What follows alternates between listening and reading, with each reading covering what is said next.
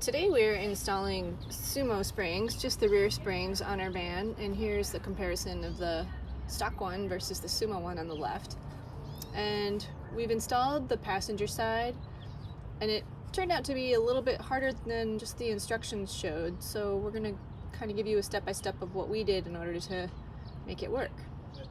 What we learned is that these fittings are a little bit snug and the rubber foam is really grippy, so we've sprayed with WD-40, but turns out we're also going to have to loosen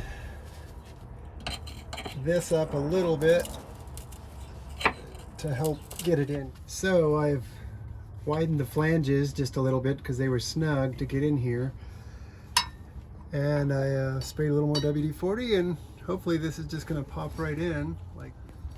Okay, so some people use this flathead screwdriver.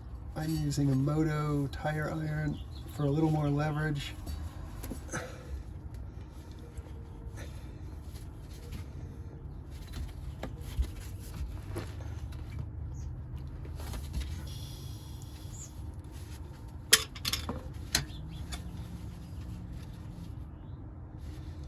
Oh yeah. There we go. See, just like that. Oh, it shouldn't take you more than 3 or 4 minutes.